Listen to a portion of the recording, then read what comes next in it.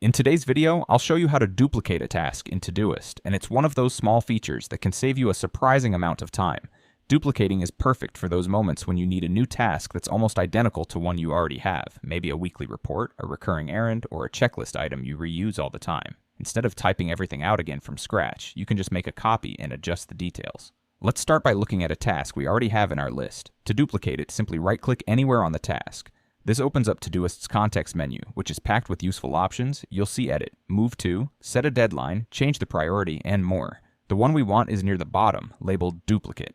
Go ahead and click Duplicate. Right away, Todoist creates an exact copy and places it directly below the original.